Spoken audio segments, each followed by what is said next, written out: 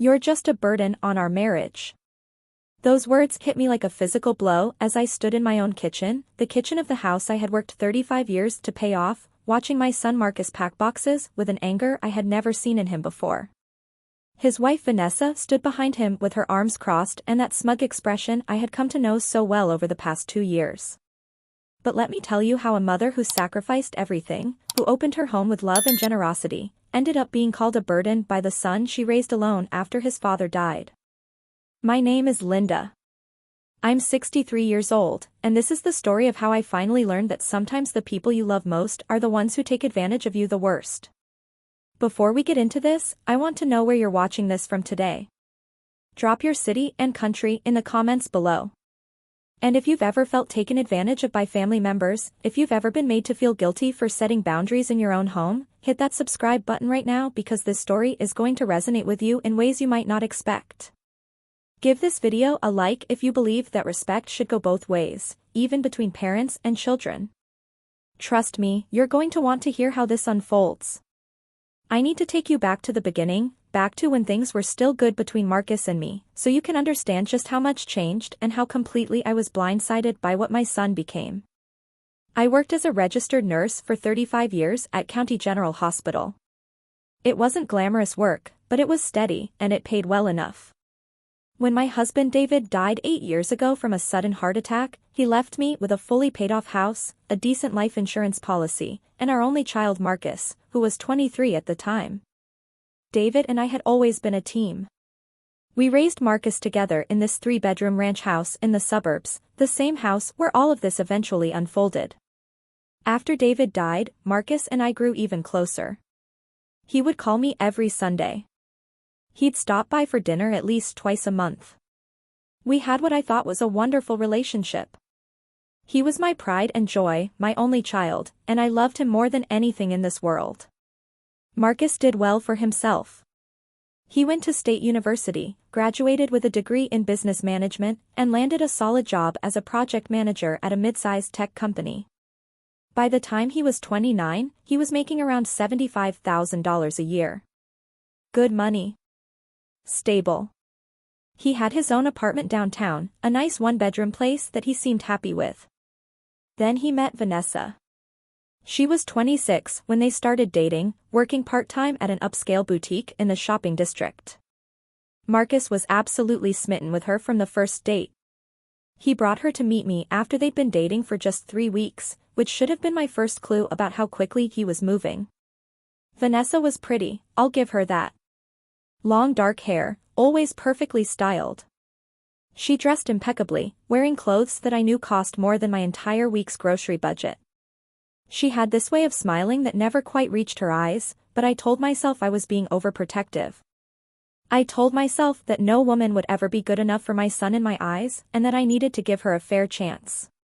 They dated for 6 months before Marcus proposed. It was a whirlwind romance, the kind you see in movies but rarely works out well in real life. But Marcus was happy, or at least he seemed happy, so I supported the engagement. I offered to help with wedding costs. I told him I had about $15,000 saved up that I could contribute. Vanessa's parents, I learned, were wealthy. Her father owned several car dealerships across the state. They were planning to pay for most of the wedding, which was going to be quite an elaborate affair.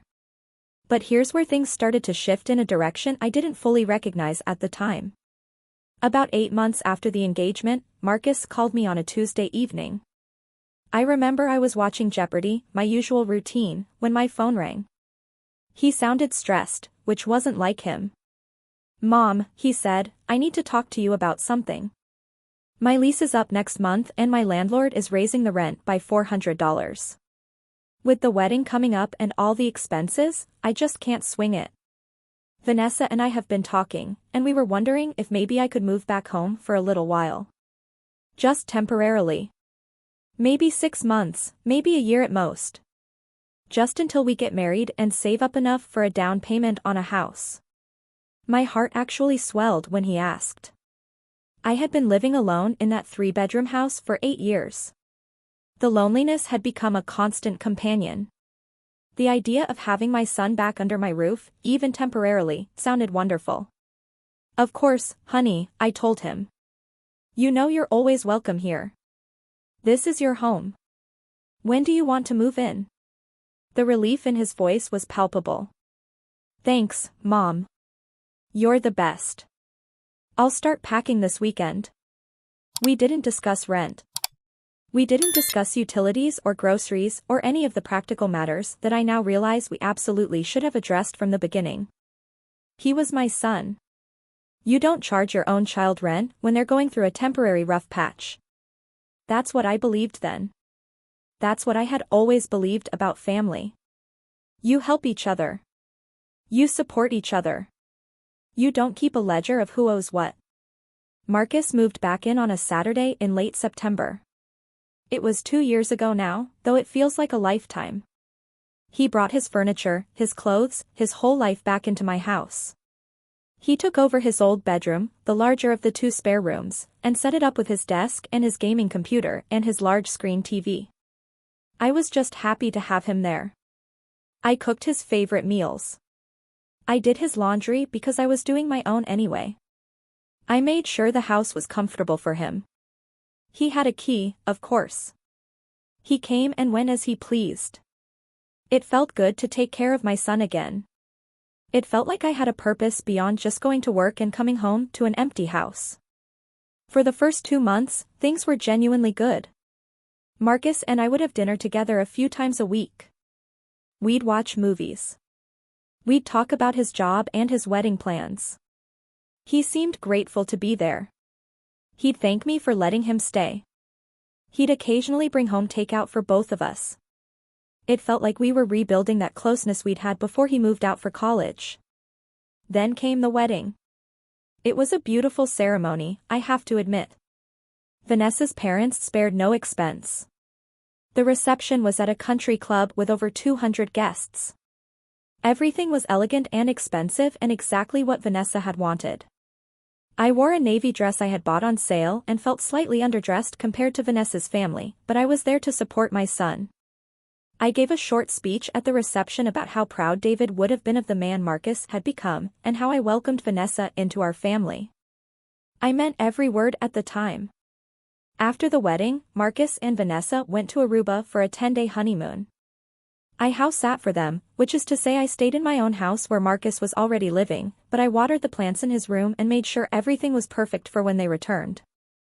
I assumed Vanessa would move into her own place or they'd get an apartment together. I assumed Marcus moving in with me had been a temporary bachelor situation. I could not have been more wrong about what was coming. They returned from their honeymoon on a Sunday afternoon. I was in the kitchen making a pot roast when I heard the front door open. Marcus came in first, pulling suitcases, and then Vanessa followed with her designer handbags and shopping bags from the hotel gift shop. Mom, Marcus called out, we're home. I came out of the kitchen, wiping my hands on a dish towel, smiling. Welcome back, I said. How was the trip? Before Marcus could answer, Vanessa walked right past me into the living room, looking around with an expression I can only describe as critical assessment. It was nice, she said without really looking at me. We're exhausted though. Long flight. She walked down the hallway toward Marcus's bedroom like she owned the place. I looked at Marcus with confusion. Is Vanessa staying for dinner? I asked. He had the grace to look slightly uncomfortable. Actually, Mom, we need to talk about that. Vanessa's lease was up while we were gone. It didn't make sense for her to renew it when we're trying to save money. So she's going to stay here with me for a while.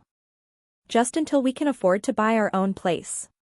We figure maybe another year and a half at most. I stood there in the hallway, pot roast simmering in the kitchen, trying to process what he had just told me. Vanessa was moving in. Into my house. Without anyone actually asking me if that was okay. It was presented as a fait accompli, a done deal, something that had already been decided without my input. I should have said something right then. I should have told Marcus that this wasn't what we had agreed to, that I needed to be consulted about another person living in my home. But I didn't. I smiled and said, oh, okay. Well, I made pot roast if you're hungry. And just like that, Vanessa became a resident of my house. She moved in over the next few days, bringing carload after carload of belongings. Clothes, shoes, decorative items, kitchen gadgets, bathroom products. My house began to fill up with her stuff. The guest bathroom, which I had kept neat and simple, became cluttered with expensive skincare products and hair tools. The hall closet that I used for linens suddenly contained Vanessa's out-of-season wardrobe. She took over half of my garage for storage boxes that she said she'd go through eventually but never did. Within 2 weeks of Vanessa moving in, I began to notice changes in how my house functioned. Small things at first. I'd go to make my morning coffee and find that someone had used the last of the creamer without replacing it. I'd come home from a shift at the hospital to find dishes in the sink, dishes that I hadn't used. The living room furniture would be rearranged slightly, pillows I had positioned one way now positioned another way. My favorite chair, the recliner that David had bought me for our 25th anniversary, suddenly had Vanessa's throw blanket draped over it. When I sat in it one evening, Vanessa looked at me with surprise. "Oh, I've kind of been sitting there," she said. "It's got the best view of the TV." I moved to the couch without argument. It seemed like a small thing. Not worth making an issue over. But it was the beginning of a pattern. A pattern of small concessions that would eventually add up to me becoming a guest in my own home. The first major issue came about a month after Vanessa moved in. I came home from work one day to find that my living room had been completely redecorated. The floral curtains I had chosen, the ones that matched the couch, had been replaced with modern gray panels. My collection of family photos on the mantel had been moved to a box in the garage, replaced with abstract art prints that Vanessa had bought. The throw pillows were different. The area rug was different. Even the lamp shades had been changed. I stood in my own living room feeling like I had walked into someone else's house. Vanessa came out of the kitchen with a satisfied smile. "I hope you don't mind," she said in a tone that made it clear she didn't actually care if I minded or not. This space was feeling really dated. I thought it could use a refresh. "Marcus thinks it looks great." She waited for my response. I looked around at my living room, at the space where David and I had celebrated Christmases and birthdays, where we had brought Marcus home from the hospital, where we had built a life together. All traces of that life had been erased and replaced with Vanessa's aesthetic. "Do you like it?" she asked, and there was a challenge in her voice. "It's different," I managed to say. "Where are my things?" "In the garage," she replied cheerfully. I packed everything carefully. "You can go through it whenever you want." Of course, Marcus chose that moment to come home from work. Marcus walked through the door with his laptop bag over his shoulder, stopping short when he saw the redecorated living room. His face lit up with a smile that made my stomach sink. "Wow, babe, this looks amazing," he said to Vanessa, completely ignoring the fact that I was standing there with what must have been a devastated expression on my face. Vanessa beamed at him and they kissed, right there in my living room that no longer looked like my living room. "Doesn't it look so much better, Marcus?" She practically glowed with self-satisfaction. "So much more modern and clean." Marcus nodded enthusiastically. "Yeah, it was definitely time for an update." "Good job, Van." He finally looked at me then, almost as an afterthought. "You okay with this, Mom?" The question was purely perfunctory. He had already validated Vanessa's decision. My opinion was just a formality at this point. I forced a smile. "It's fine," I said, my voice sounding hollow even to my own ears. "It's your home too." And that was my second major mistake. Calling it their home too. Because it wasn't their home. It was my home. The home I had worked 3 decades to pay off. The home where I had buried my husband's ashes in the garden he had loved. But I was already falling into the trap of trying to keep the peace, of not wanting to be the difficult mother-in-law, of convincing myself that these were just adjustments that came with multi-generational living. The financial arrangement, or rather the complete lack of one, became increasingly glaring as the months went on. I paid the mortgage insurance, property taxes, which totaled about $800 a month. I paid all the utilities, electric, gas, water, trash, which ran another $350 monthly. I bought all the groceries, which had increased dramatically from about $200 a month when I lived alone to nearly $600 now that I was feeding 3 adults. I paid for internet and cable. I paid for the lawn service. I paid for everything. Marcus and Vanessa contributed exactly $0 to the household expenses. Not one penny. I started doing the math in my head during my night shifts at the hospital. A decent 2-bedroom apartment in our area rented for at least $1,800 a month. Add in utilities and they'd be paying at least $2,200. Groceries for 2 would be another $400 at minimum. I was essentially providing them with housing and food worth at least $2,600 every single month. Over the course of a year, that was over $31,000. But what really got to me wasn't just the money. It was that neither of them seemed to have any awareness or appreciation for what I was providing. There was never a thank you. Never an offer to chip in. Never even an acknowledgement that they were receiving something of significant value. Meanwhile, I watched them live a lifestyle that I couldn't afford even though I was the one paying all the bills. 3 months after Vanessa moved in, Marcus came home driving a brand new car. Not just any car, but a luxury SUV with all the bells and whistles. When I asked about it, he shrugged and said they got a great deal on a lease. The monthly payment, I later learned, was $650. For a car. While they paid nothing to live in my house. Vanessa was constantly coming home with shopping bags from expensive stores. I'd see charges on the credit card statements that Marcus occasionally left on the kitchen counter. $200 at Nordstrom. $350 at some boutique I'd never heard of. A $400 handbag. $800 boots. She dressed like someone making 6 figures, but she was working part-time at a boutique making maybe $15 an hour for about 25 hours a week. The math didn't math, as young people say, but it wasn't my place to question how they spent their money. Except it kind of was my place, because the only reason they had that money to spend was because they weren't spending it on housing or food or any of the basic expenses of adult life. Then came the vacations. 4 months into their marriage, they announced they were going to Cancun for a week. All-inclusive resort. I saw Vanessa showing Marcus pictures on her phone of the infinity pool and the swim-up bar and the oceanfront suite they had booked. That trip had to have cost at least $3,000. When they left, I house sat again, which meant I stayed in my own house and watered the one plant they had in their room. They came back tan and relaxed with more shopping bags full of souvenirs and resort wear. I had just worked 6 12-hour shifts in a row while they were gone, coming home exhausted to an empty house, eating frozen dinners alone, and they breezed in talking about how they needed a vacation from their vacation. The disconnect was stunning. 6 months later, it was wine country.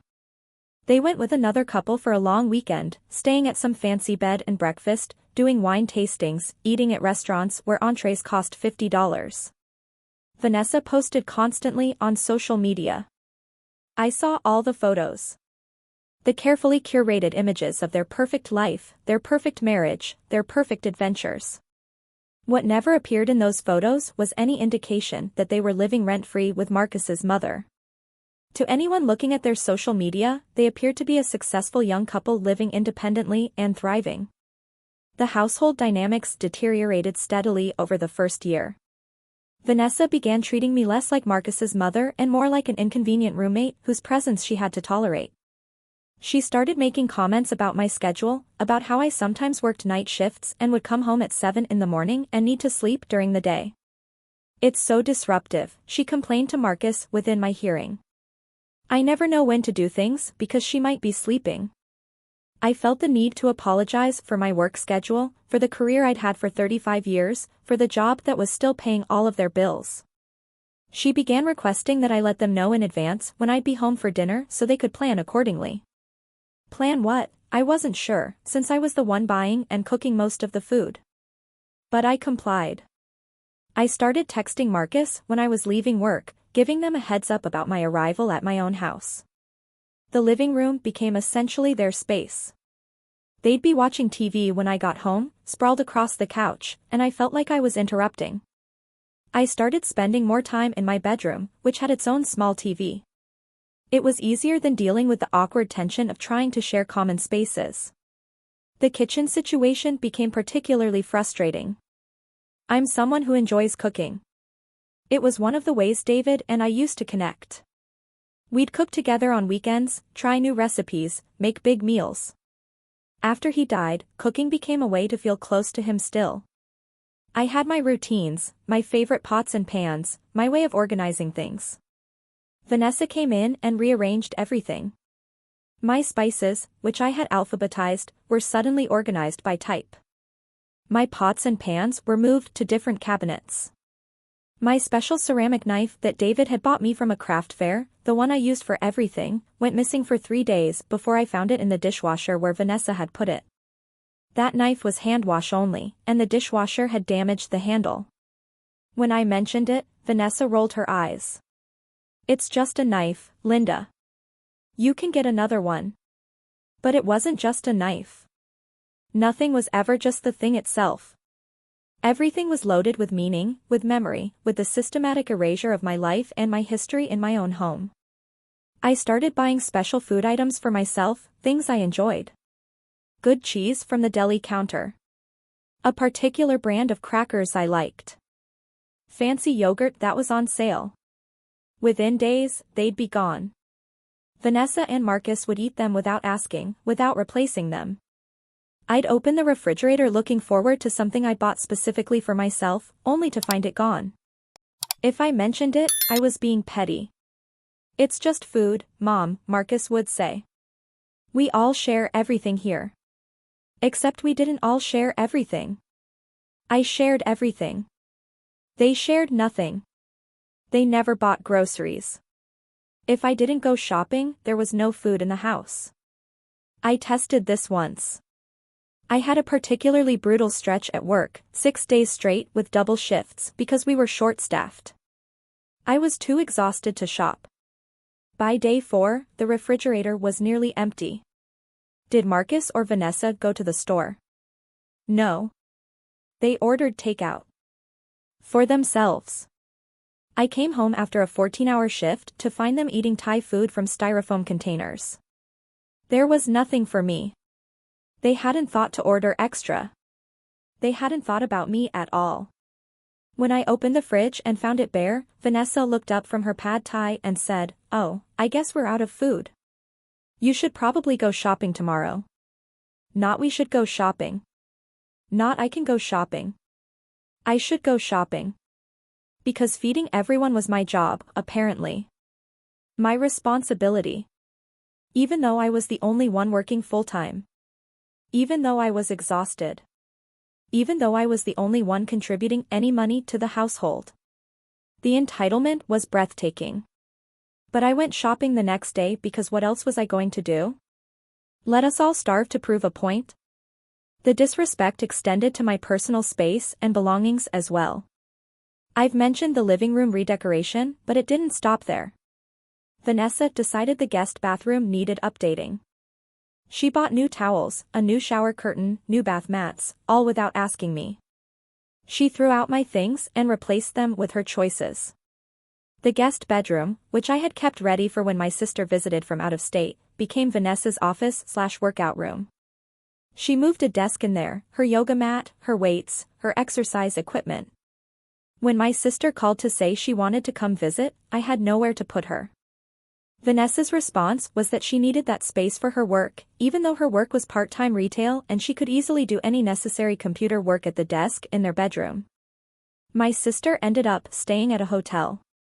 I felt humiliated having to tell her she couldn't stay at my house because my daughter-in-law had taken over the guest room.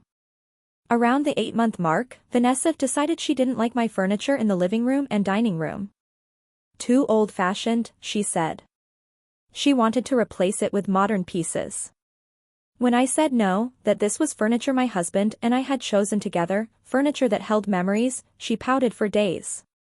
Then one Saturday when I was at work, she and Marcus moved several pieces of my furniture into the garage without telling me. I came home to find my grandmother's hutch, the one I'd inherited, sitting in the garage covered with a tarp. My dining room chairs, solid oak that David had refinished himself, stacked in the corner.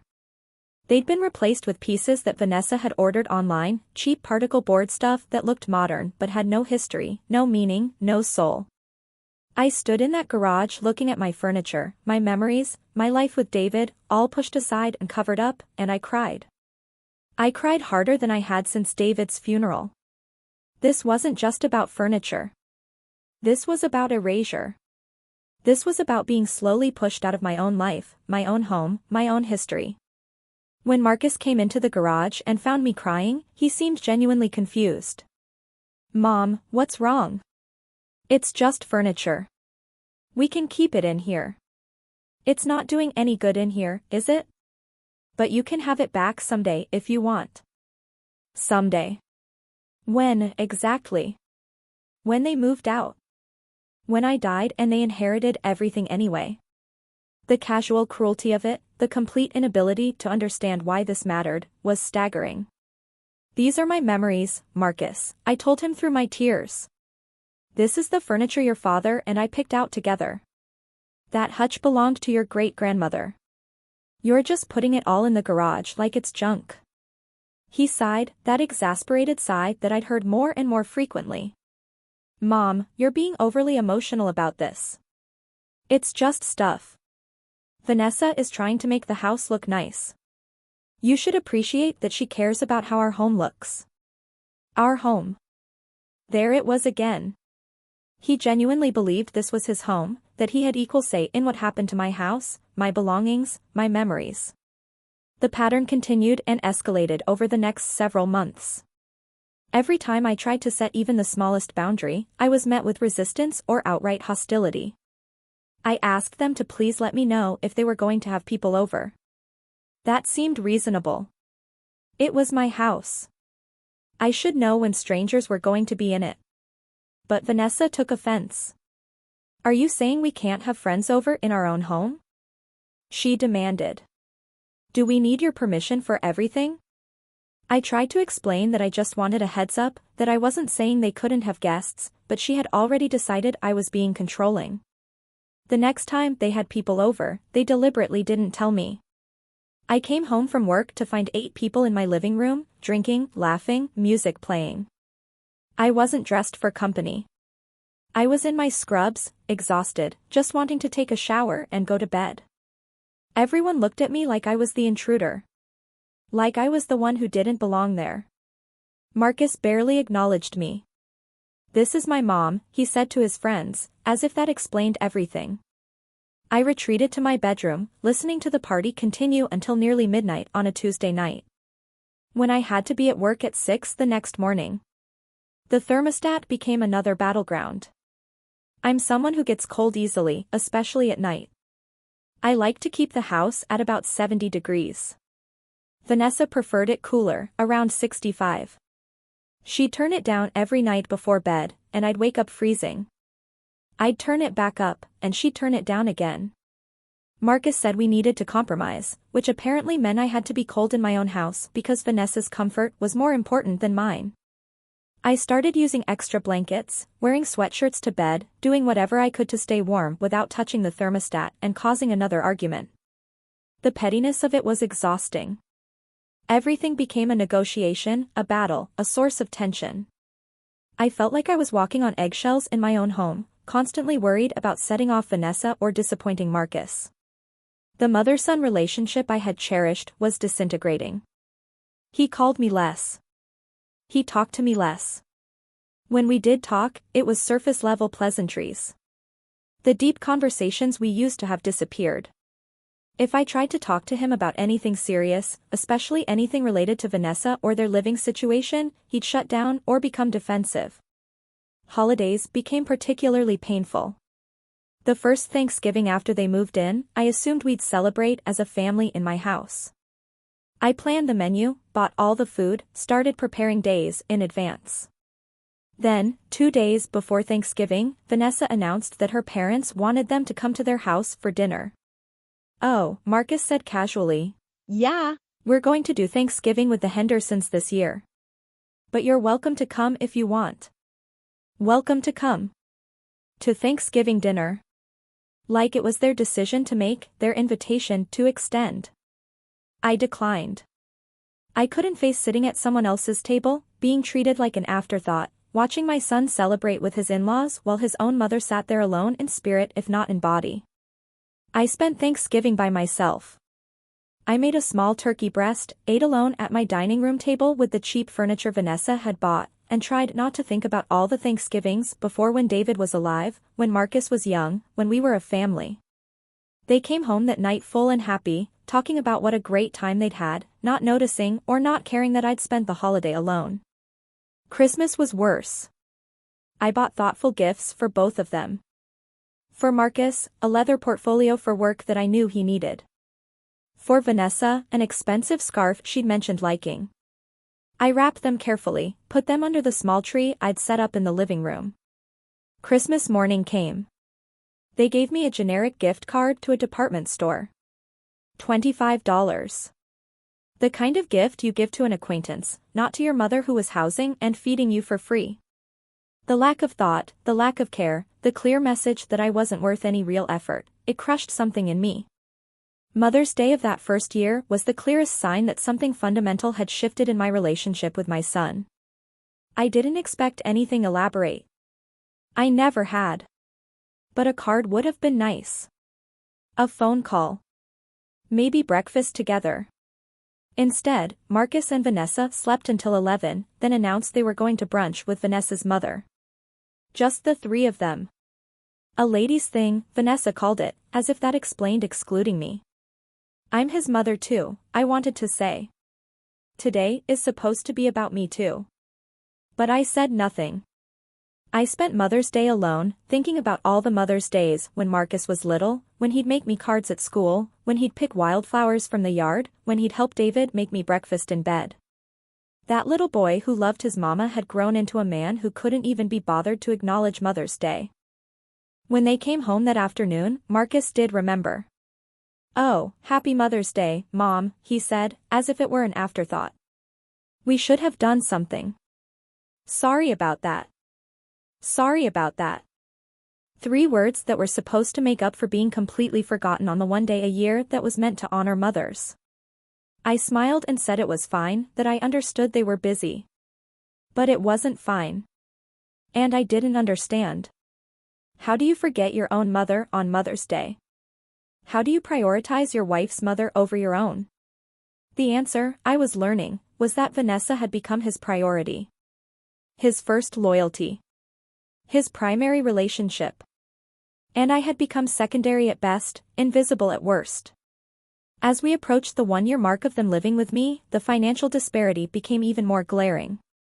I did the math one night, sitting at my kitchen table with all my bills spread out in front of me. In 1 year, I had provided them with housing, utilities, and food worth approximately $31,200. In that same year, Marcus and Vanessa had taken 2 major vacations, bought a luxury vehicle, and maintained a shopping habit that had to total at least another $10,000 in discretionary spending. They had 0 savings, as I would later discover.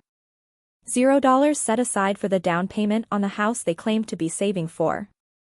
Every penny of Marcus's salary and Vanessa's part-time income was going toward maintaining a lifestyle they absolutely could not afford if they had to pay for their own housing.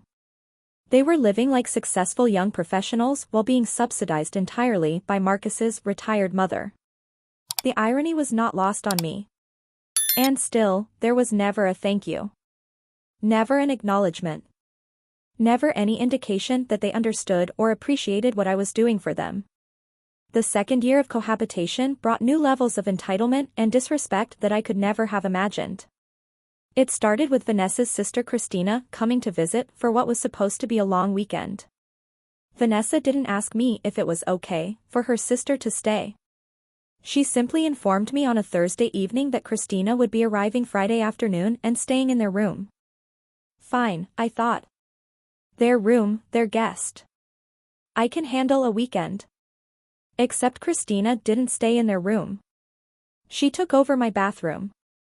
The master bedroom had an ensuite bathroom that was mine, my private space, the one area of the house that had remained untouched by Vanessa's redecorating impulses.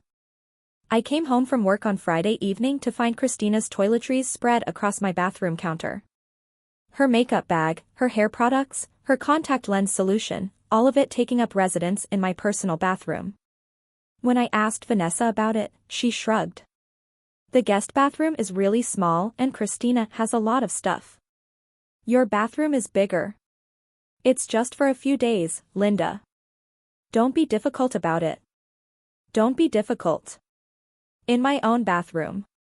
In my own house. But I said nothing.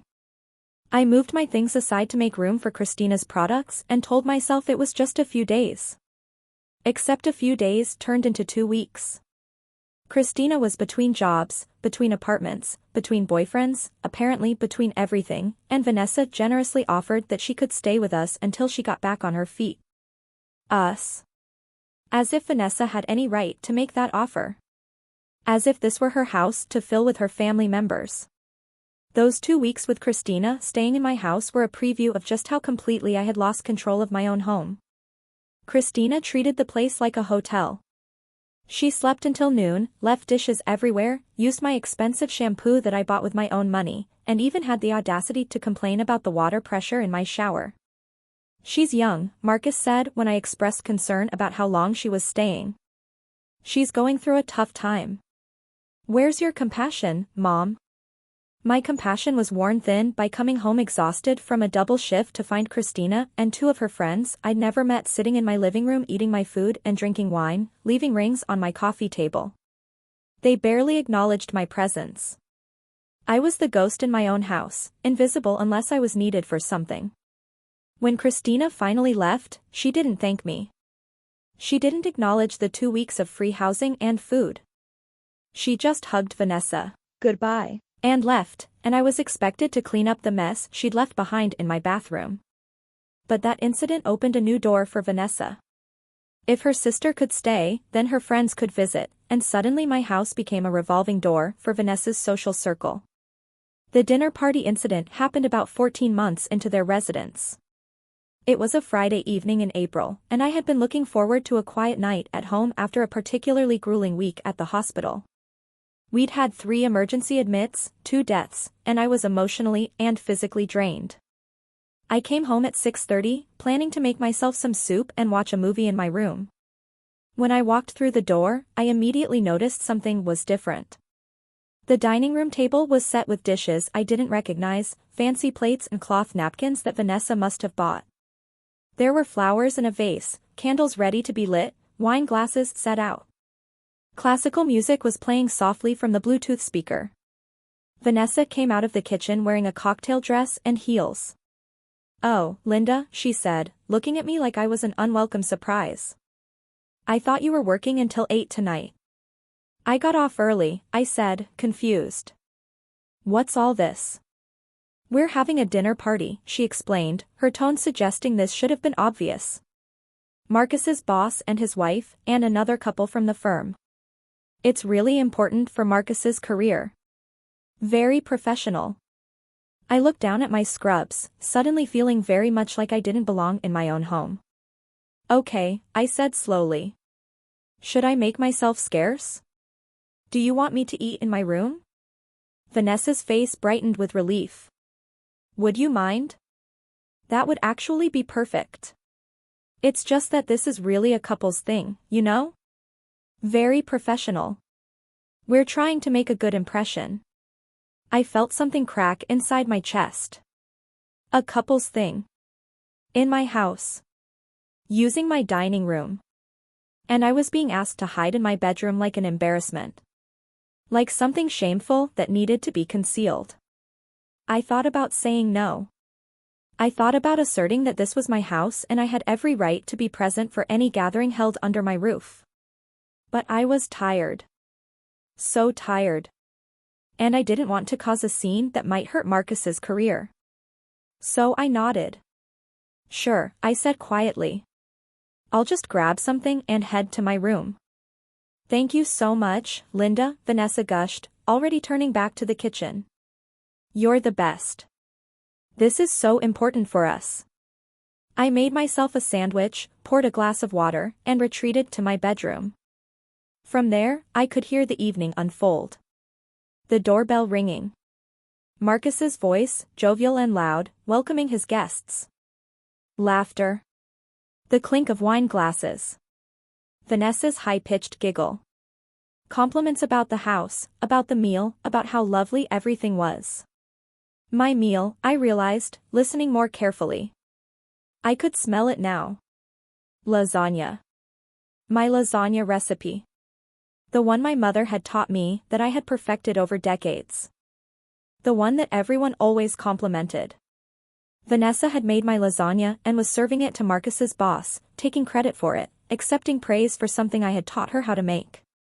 I sat in my bedroom, eating my sandwich, listening to a dinner party in my own house that I wasn't invited to, where my own cooking was being passed off as someone else's, and I felt more alone than I had felt since David died. More alone, perhaps, because at least when David died, I'd had Marcus. I'd had my son who loved me and supported me and made me feel like I mattered. Now I had a son who was allowing his wife to erase me, to push me aside, to make me invisible. The dinner party went on until nearly midnight. I heard them move from the dining room to the living room. More laughter, more wine being poured. At one point someone said, "You two are so lucky to have such a beautiful home." I wanted to scream. It's not their home. It's my home. My house. But I stayed silent in my room, just as I'd been asked to do. When everyone finally left and the house grew quiet, I heard Marcus and Vanessa in the hallway. "That went perfectly," Marcus said, his voice full of satisfaction.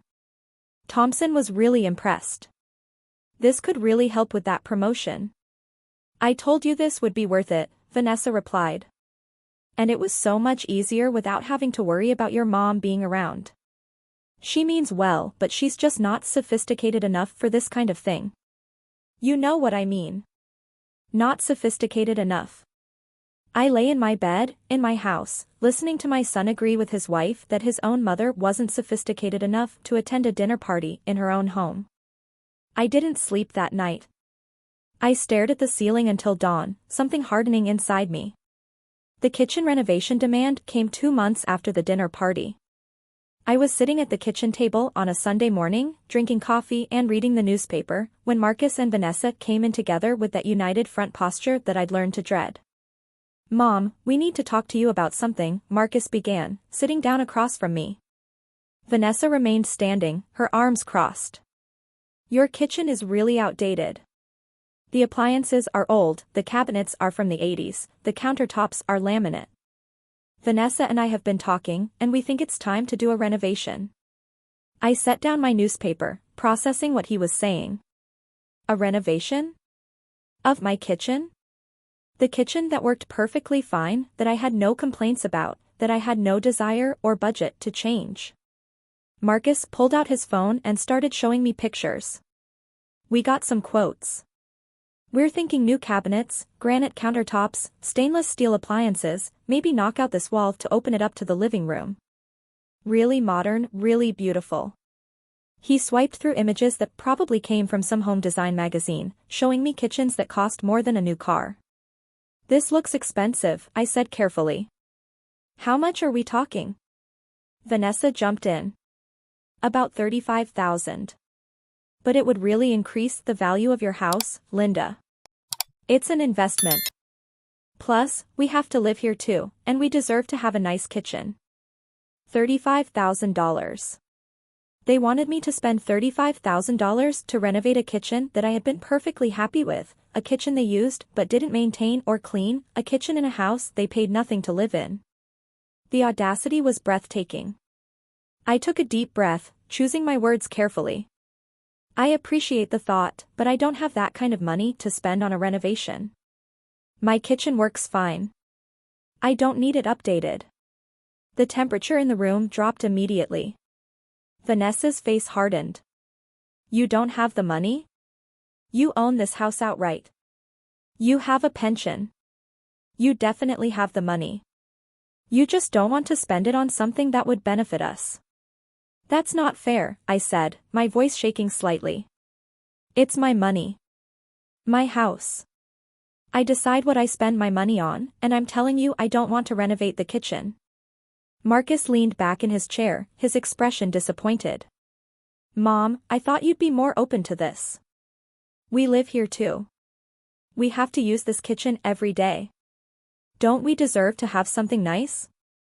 You use this kitchen that you don't pay for, I wanted to say.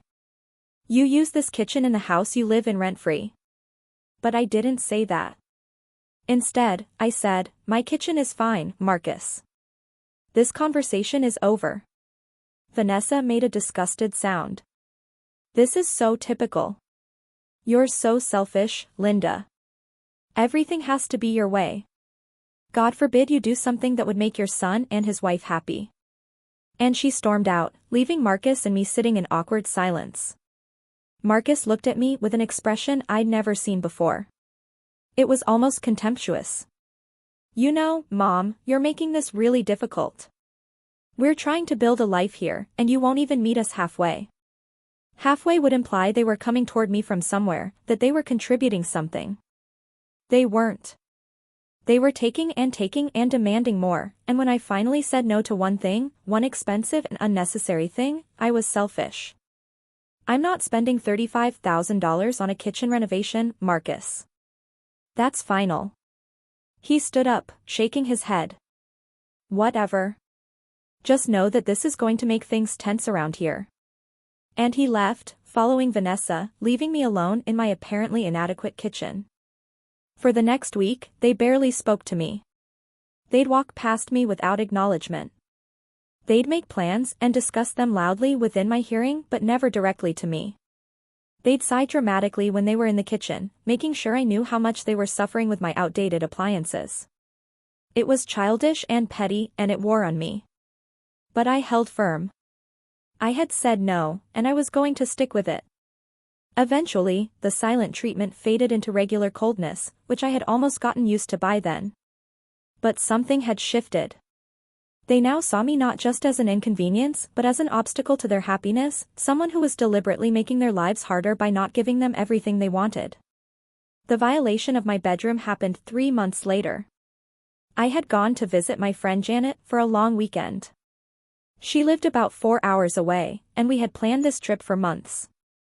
It would be the first time I'd left Marcus and Vanessa alone in the house for more than a day. Part of me was nervous about leaving them unsupervised, but I told myself I was being paranoid. It was my house. My things. They wouldn't cross that line. I was wrong. I returned home on a Sunday afternoon, tired but happy from a relaxing weekend away. The house seemed normal when I walked in. Nothing obviously out of place. I carried my bag to my bedroom, opened the door, and immediately knew something was wrong. My room looked different. Cleaner, but wrong. My dresser top, which usually held family photos, my jewelry box, and some books, was nearly bare. The photos were gone. My closet door was open, and I could see that things had been moved around. With growing dread, I started checking more carefully. My bedside table had been cleaned out. The letters David had written me during our courtship, letters I kept in the bottom drawer, were gone. The quilt my grandmother had made, which usually lay folded at the foot of my bed, was missing. My jewelry box had been emptied and reorganized. Pieces were missing. Not the expensive pieces, I didn't have many of those, but the sentimental ones. David's wedding ring, which I'd kept after he died. A locket my mother had given me. A bracelet Marcus had made me in summer camp when he was 9. I walked through the house in a daze, looking for my things. I found some of them boxed up in the garage. The photos, the quilt, the letters, all packed away like they were ready for a yard sale. Other things were simply gone. When I confronted them, they were in the living room watching TV. What happened to my things? I demanded, my voice shaking with rage and hurt. What did you do to my bedroom? Vanessa looked up with an innocent expression that I now recognized as calculated. Oh, we did some organizing while you were gone. Your room was such a mess, Linda. All that clutter. We packed up some things to help you declutter. Those weren't clutter, I said, my voice rising. Those were my personal belongings. My private things. Where's my jewelry? Where are my husband's letters? Vanessa's face showed a flash of annoyance. The letters were just old papers taking up space. We threw them out. They were trash. Everything else is in boxes in the garage. You can go through it if you want. You threw out my letters? I felt like I couldn't breathe. Those letters were from my husband. They were private. They were precious to me. How dare you throw them out? Marcus finally spoke up, his tone defensive. Mom, calm down. It was just some old papers. You're overreacting. Vanessa was trying to help. She thought you'd appreciate having a cleaner space. I turned to my son, this man who looked like the boy I'd raised but was acting like a stranger. Marcus, those letters were from your father. They were irreplaceable. And nobody asked her to clean my room. Nobody gave her permission to touch my things, my private things, in my private space. They had no right. Vanessa stood up, her face flushing with anger. I was doing you a favor, Linda. Your room was depressing with all those old memories everywhere. You need to move on from David. It's been 8 years. All that stuff was just making you live in the past. The cruelty of those words, the complete dismissal of my grief, my memories, my right to hold on to pieces of my husband, left me speechless. She had thrown away David's letters because she thought I needed to move on. She had violated my most personal space, discarded my most precious belongings, and she thought she was doing me a favor. Get out, I said quietly. Both of you, get out of my sight. I walked to my bedroom, locked the door, and broke down. I sobbed for hours, grieving not just the loss of those letters but the complete betrayal by my son. He had allowed his wife to go through my things. He had allowed her to throw away pieces of his own father. He had defended her violation of my privacy. And I realized, sitting there on my bed in my cleaned-out room, that my son was gone. The Marcus I'd raised, the boy who'd loved his father, who'd cherished family, that person didn't exist anymore. In his place was a man who would let his mother's treasures be thrown in the trash and call her dramatic for being upset about it. The final incident before everything came to a head was the surgery situation. It started with a routine mammogram that showed something concerning. My doctor ordered a biopsy, which thankfully came back benign, but they wanted to remove the lump as a precaution. It was outpatient surgery, nothing major, but I would need general anesthesia and someone would need to be with me for at least 48 hours afterward. Standard procedure. I told Marcus about it on a Tuesday evening. I tried to be casual about it, not wanting to worry him, but I needed him to know. So I have this minor surgery scheduled for the 18th, I said. It's nothing serious, just a precaution, but I'll need someone to drive me home and stay with me for a couple days afterward. Just to make sure I'm okay. Marcus looked up from his phone. The 18th? That's the weekend of Vanessa's cousin's wedding in Seattle. I felt a sinking sensation in my stomach. Okay, well, could you maybe skip the wedding? It's outpatient surgery, Marcus. I just need someone here in case something goes wrong with the anesthesia or if I have complications. Vanessa, who'd been half listening from the kitchen, came into the room. You want Marcus to skip Claire's wedding? Linda, that wedding has been planned for months. We already RSVP'd, we already bought our plane tickets. Can't you reschedule the surgery? I stared at her. Reschedule surgery because of a wedding? No, I can't just reschedule. The doctor scheduled it based on the biopsy results and/or availability. It's medical, not elective. Marcus set his phone down, looking uncomfortable. Mom, I'm sure you'll be fine. You're tough. Can't Mrs. Chun from next door help you out? Mrs. Chun is 78 years old, I said, disbelief creeping into my voice. You want me to ask my elderly neighbor to take care of me after surgery instead of my own son? Look, Mom, Vanessa jumped in, I know you want Marcus there, but this is important for our relationship with my family. Claire is my favorite cousin. We can't miss her wedding. You're a nurse. You know how these things work. You'll probably be fine on your own. I'm not a nurse anymore, I'm retired. And being a nurse doesn't mean I don't need support after surgery. It means I know all the things that can go wrong. Marcus stood up, his jaw set in that stubborn way that reminded me of his father. We're not missing this wedding, Mom. You're going to have to figure something else out. Maybe ask one of your friends from work. Or hire someone to check on you. I couldn't believe what I was hearing. Hire someone. He wanted me to hire a stranger to take care of me after surgery because he couldn't be bothered to miss a party. You're choosing a wedding over your mother's surgery, I said, my voice flat. You're actually choosing a cousin's wedding over being there for me when I need you. It's not like you're dying, Vanessa snapped.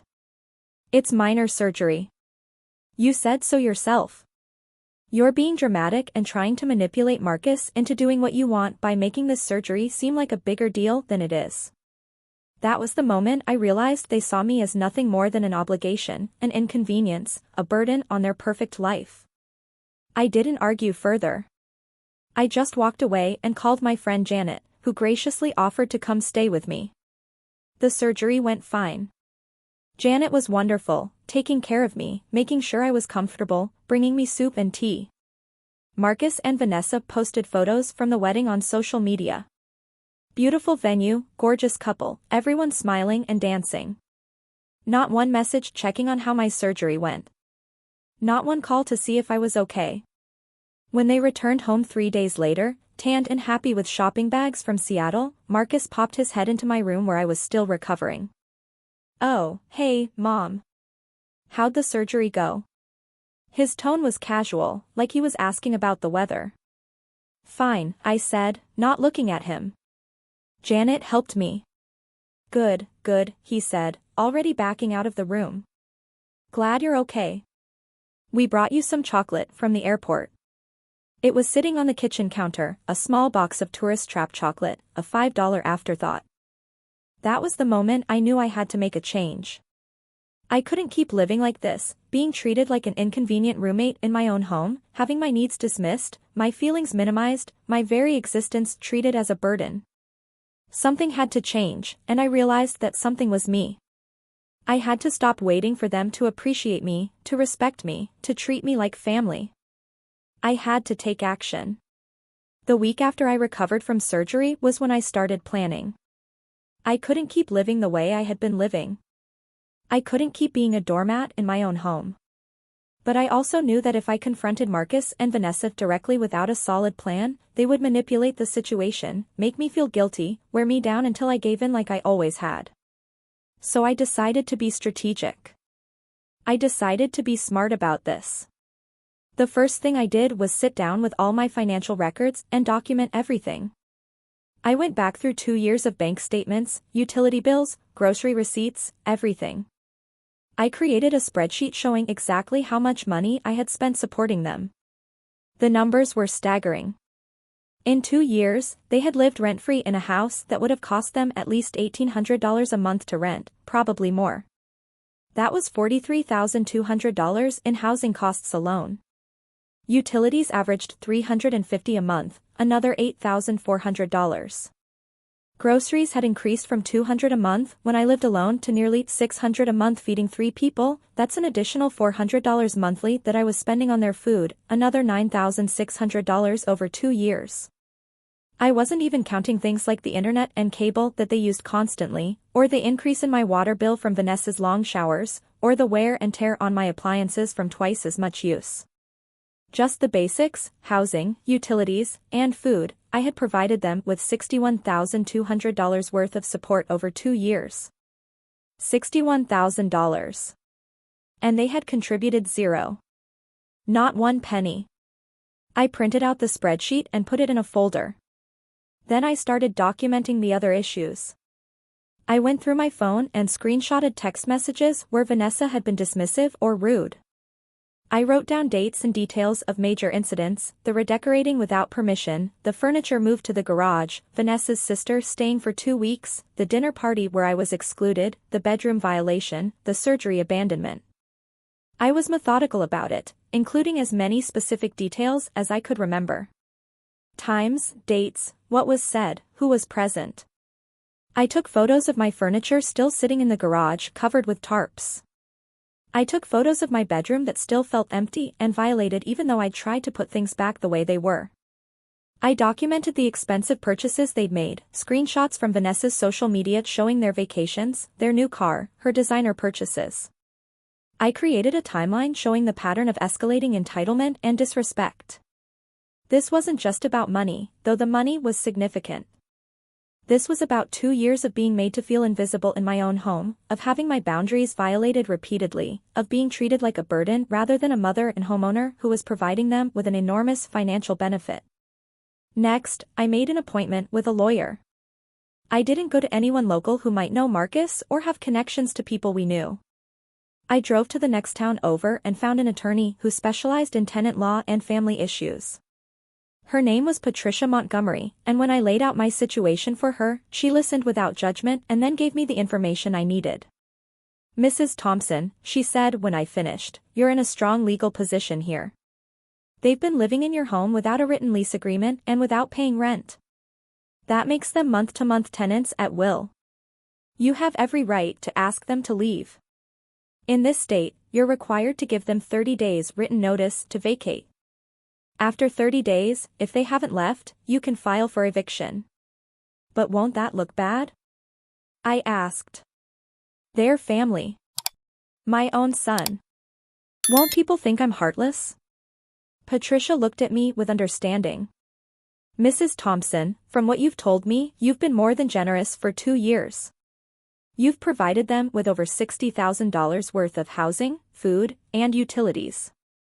You've asked for nothing in return. They've shown you no appreciation and considerable disrespect.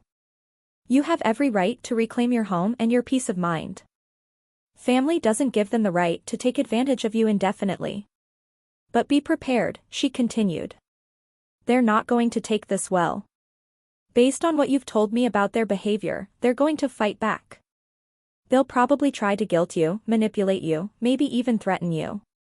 You need to be strong and follow through." I hired Patricia right there in her office. She drafted a formal notice to vacate, professionally worded but clear. It outlined that Marcus Thompson and Vanessa Thompson were being given 30 days notice to vacate the premises at my address. It listed the violations of our verbal agreement: failure to contribute financially, repeated disrespect of the homeowner's property and privacy, violation of personal boundaries. It was dated and official and irrevocable. Patricia also advised me to document everything that happened after I served them the notice. "Keep a journal," she said. "If they damage anything, take photos immediately.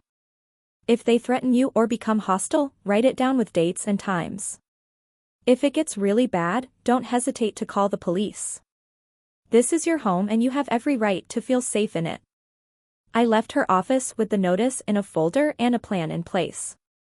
For the first time in months, I felt like I had some control over my own life. I wasn't just reacting to their behavior anymore. I was taking action. I was setting boundaries. I was reclaiming what was mine.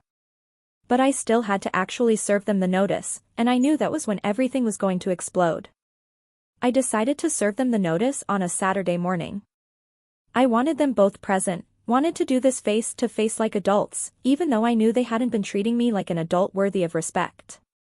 That Saturday, I woke up early, my stomach churning with anxiety and anticipation. I made coffee, reviewed the notice one more time, and waited for them to wake up. They finally emerged around 10:30, both in pajamas, planning to make breakfast.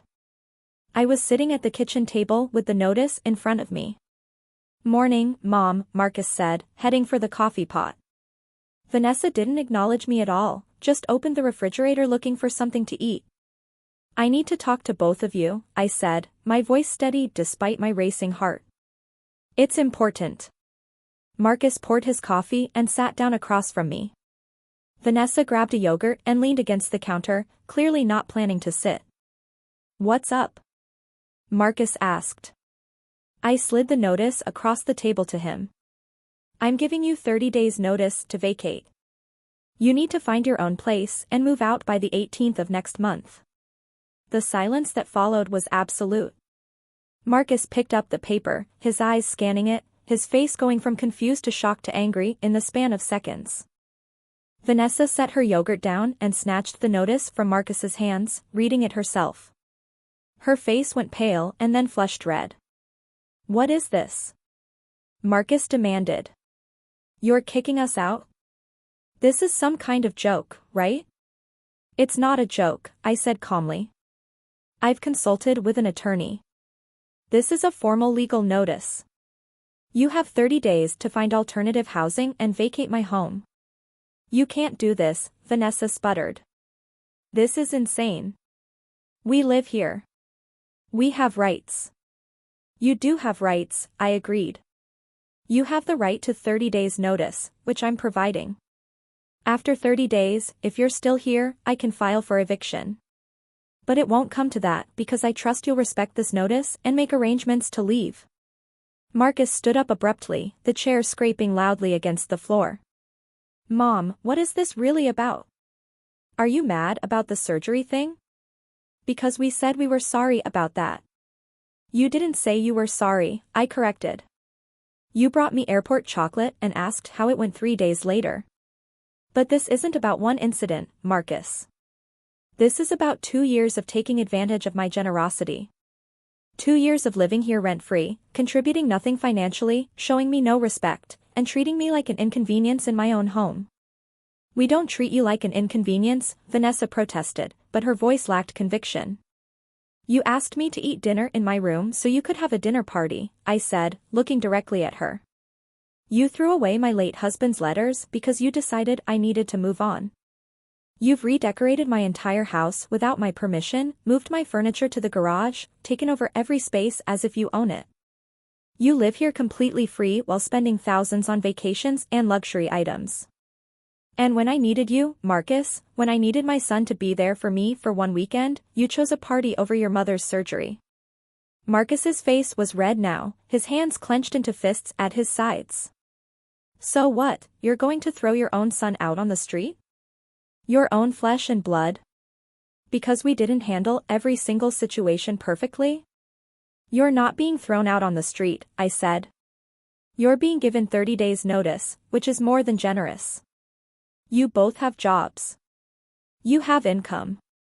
You've been saving money for 2 years by living here rent-free. You can afford an apartment." "No, we can't," Vanessa suddenly said, and something in her tone made me look at her sharply.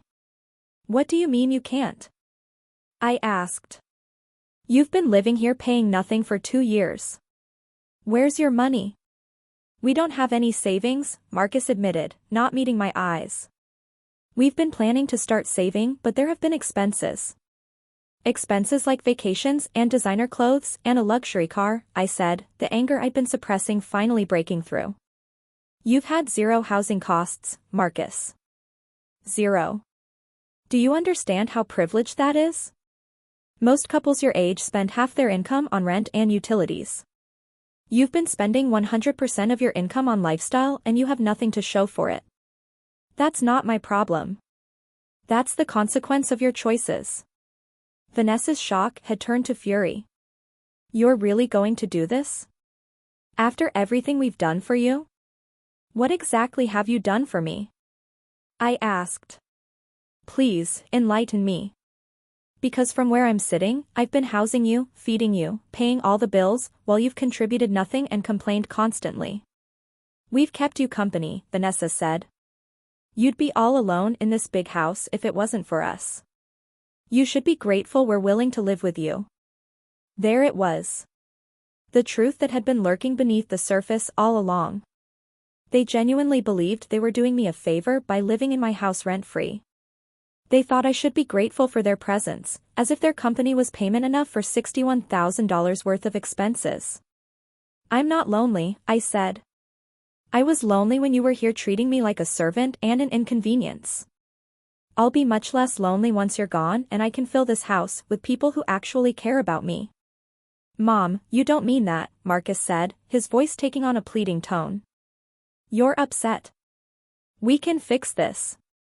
We can work it out.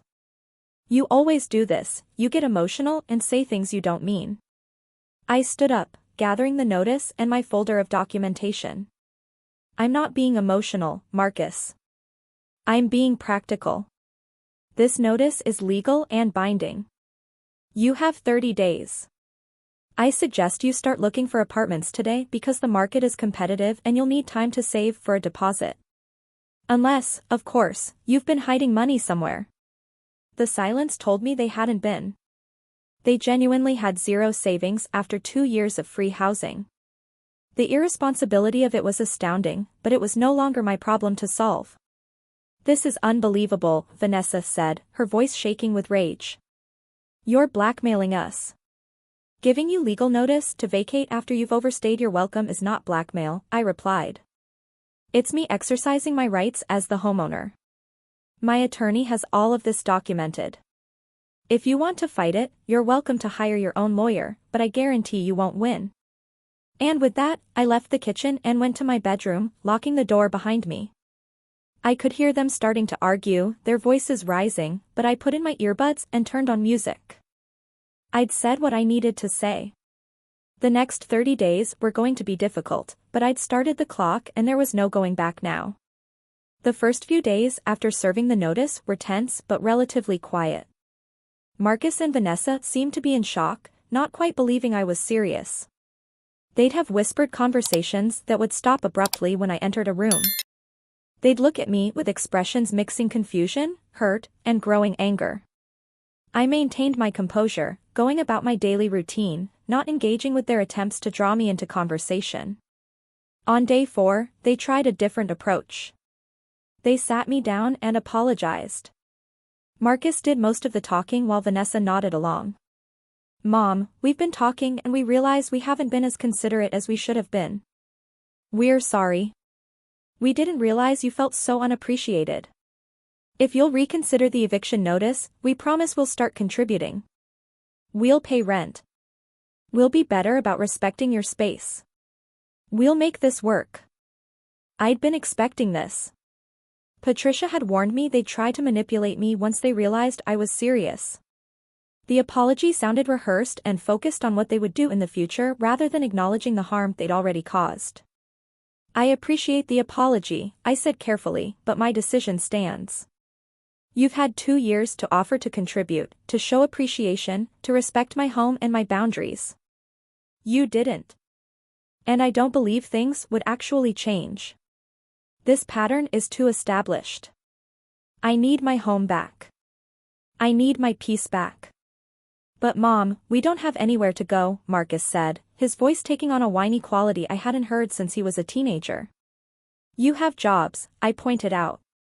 You have income. You're adults. You'll figure it out like millions of other adults do. Can't we at least have more time? Vanessa asked. 30 days isn't enough to find a place and save for deposits and moving costs. You've had 2 years to save, I reminded her. The fact that you haven't is not my emergency. 30 days is what the law requires and 30 days is what you're getting. You're being incredibly selfish, Vanessa snapped, her fake sweetness evaporating. What are people going to think when they find out you kicked out your own son? I don't particularly care what people think, I replied. Anyone who knows the full situation will understand. And I'm not going to set myself on fire to keep you warm just to maintain some image for people whose opinions don't matter to me. The apology session ended badly, with Vanessa storming off and Marcus looking at me like I was a stranger. But I held firm. I'd expected this. Patricia had prepared me for the manipulation tactics. The next phase was guilt-tripping. My phone started getting calls from Vanessa's mother, from Marcus's friends, even from some of our extended family members. All with the same message that I was being unreasonable, that family should stick together, that Marcus was my only child and how could I do this to him? I stopped answering calls from numbers I didn't recognize. I sent a brief email to the family members who contacted me explaining that this was between Marcus and me and I'd appreciate them respecting my privacy and not getting involved in something they didn't fully understand. Around day 10, things escalated.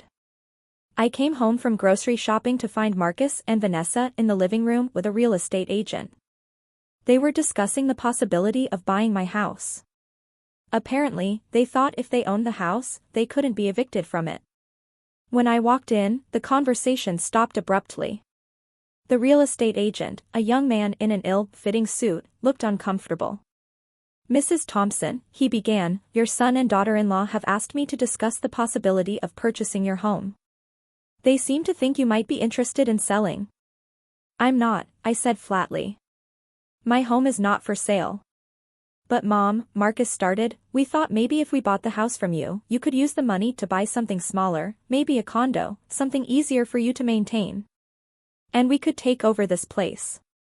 "You want to buy my house," I said slowly, the audacity of it almost impressive. "With what money? You just told me 10 days ago that you have no savings." "We'd get a loan," Vanessa said quickly. "A mortgage. Our real estate agent here says we'd qualify." I looked at the young man who had the grace to look embarrassed. "On what down payment?" I asked. "You need at least 3.5% down for an FHA loan on a house worth $300,000. That's over $10,000. Do you have $10,000? The silence answered my question. I turned to the real estate agent. "Thank you for coming, but my house is not for sale.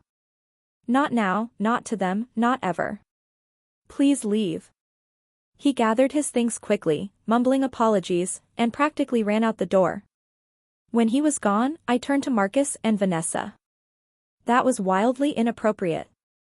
You invited a stranger into my home to discuss buying my house out from under me without even asking me first." "We thought it was a solution," Marcus said defensively. "You want us out. We want to stay. If we own the house, everybody wins." "Everybody wins except me, who would no longer have a home," I pointed out. "This is my house, Marcus. Mine. I'm not selling it so you can continue living beyond your means." Week 2 brought property damage. Small things at first, things that could be claimed as accidents. A dish broken and left in the sink. A scratch on the hardwood floor in the hallway. My good cooking pot with a burn mark inside. Then bigger things. I came home to find a hole punched in the wall of the guest room, about fist-sized. When I asked about it, Vanessa said she'd been moving furniture and the doorknob hit the wall. But doorknobs don't make fist-sized holes. I documented everything with photos, just as Patricia had instructed. The tension in the house was becoming unbearable. They started making noise late at night, playing music loudly, having friends over and being deliberately disruptive. It was like living with rebellious teenagers instead of adults in their 30s. I kept to my room as much as possible, counting down the days. Around day 17, they stopped pretending to look for apartments. When I asked Marcus if he'd been apartment hunting, he said, "We're not leaving, Mom. You can't make us. This is our home. You're going to have to actually evict us if you want us gone, and good luck getting a judge to side with you over your own son." I called Patricia immediately. "They're refusing to leave," I told her. "They've said they're going to make me go through with a formal eviction." She sighed. "I was afraid of this." "Okay, on day 31, if they're still there, we file the eviction paperwork. It'll take a few more weeks to get a court date, but based on everything you've documented, we'll win. Just hang in there and don't let them provoke you into doing anything that could be used against you in court." Day 22 brought the confrontation that broke everything wide open. I had come home from having coffee with Janet to find Marcus and Vanessa in the living room with a laptop open, looking at my financial records. They'd somehow accessed my bank accounts, probably because I'd been careless about closing my laptop or they'd guessed my password. When I walked in and saw what they were looking at, I felt violation wash over me like ice water. "What are you doing?" I demanded. "That's private. That's my bank account." "You've been lying to us," Vanessa said triumphantly. "Look at this. You have over $200,000 in savings and investments. You've been crying poor while sitting on a fortune." "That money is my retirement," I said, my voice shaking with rage. "My future security. It has nothing to do with you. You refused to renovate the kitchen because you said you didn't have the money," Marcus said, his voice accusing. But you have plenty of money. You just didn't want to spend it on us. Because it's not your money, I shouted, losing my composure. It's mine. I worked for 35 years to save that money. And I'm not spending it on renovating a kitchen I don't need or supporting two grown adults who are perfectly capable of supporting themselves. You're hoarding money while your own son struggles, Vanessa said. What kind of mother does that? The kind who raised a son who turned into an entitled, ungrateful man who thinks he deserves his mother's life savings, I shot back. Get out of my financial records. Get out of my personal information. You have no right to access any of that. We have every right, Marcus said, standing up. We're family. We should know what resources are available. In case you get sick or need help or something happens to you. You want to know what's in my will, I said, understanding finally dawning. You're looking at my money and thinking about your inheritance. That's what this is really about. No one said anything about inheritance, Vanessa said, but her face gave her away. But since you brought it up, Linda, you should know that as Marcus's wife, I have rights too. Whatever he inherits, I'm entitled to half in this state. You have no rights to anything of mine while I'm alive, I said coldly. And my will is none of your business. But I'll tell you this much, if you're counting on inheriting this house or my savings, you might want to rethink that plan. Because the way you've treated me over the past 2 years has made me seriously reconsider my estate planning. Are you threatening to write Marcus out of your will? Vanessa's voice rose to a screech. Over what? Because we've been living our lives? Because we haven't catered to your every whim? Because you're a controlling, manipulative old woman who uses money to get her way? I felt something cold settle in my chest. The mask was completely off now. This was who they really were, who they'd probably been all along. I walked past them to my bedroom, locked the door, and called Patricia. They accessed my bank records without permission, I told her. They're talking about my will and inheritance. They've made it very clear this is about money. She was quiet for a moment. Mrs. Thompson, I want you to change your passwords immediately. All of them. Bank accounts, email, everything. And I think you should consider staying somewhere else for the next week until the 30 days are up. It's getting volatile and I'm concerned for your safety. I'm not leaving my own house, I said firmly. But I will change my passwords. I spent the next hour changing every password I had, making them complex and unguessable. I also called my bank and put additional security measures on my accounts. Day 30 arrived on a Tuesday. I woke early, dressed carefully, and waited. Marcus and Vanessa emerged around 9, both looking defiant. Today's the day, I said calmly. You need to be out by midnight. We're not going anywhere, Marcus said. You'll have to drag us out. I pulled out my phone and called the non-emergency police line. I'd already arranged this with Patricia. An officer arrived within 20 minutes. I showed him the eviction notice, the documentation of their refusal to leave. Ma'am, the officer said to me, then turned to Marcus and Vanessa. You've been legally notified. You need to vacate today or face arrest for trespassing. They packed in angry silence. Each box they carried out felt like reclaiming a piece of my home, my life, my peace. As Marcus loaded the last box, he turned to me with tears in his eyes. I'll never forgive you for this. The words that came out of his mouth next were the ones I'd been waiting to hear for 2 years, his true feelings finally spoken aloud. You're just a burden on our marriage. We can't live our lives with you constantly in the way, judging us, controlling us, making everything difficult. Having to tiptoe around you in what should be our home. You're exhausting, Mom. You're a burden. I stood there, letting those words wash over me. Words that hurt but also freed me. Because now I knew the truth. Now there was no pretending. You've been living rent-free in my house for 2 years, I said quietly. The only burden here has been you. Goodbye, Marcus. They drove away. I closed the door, locked it, and stood in my empty, quiet house. My house.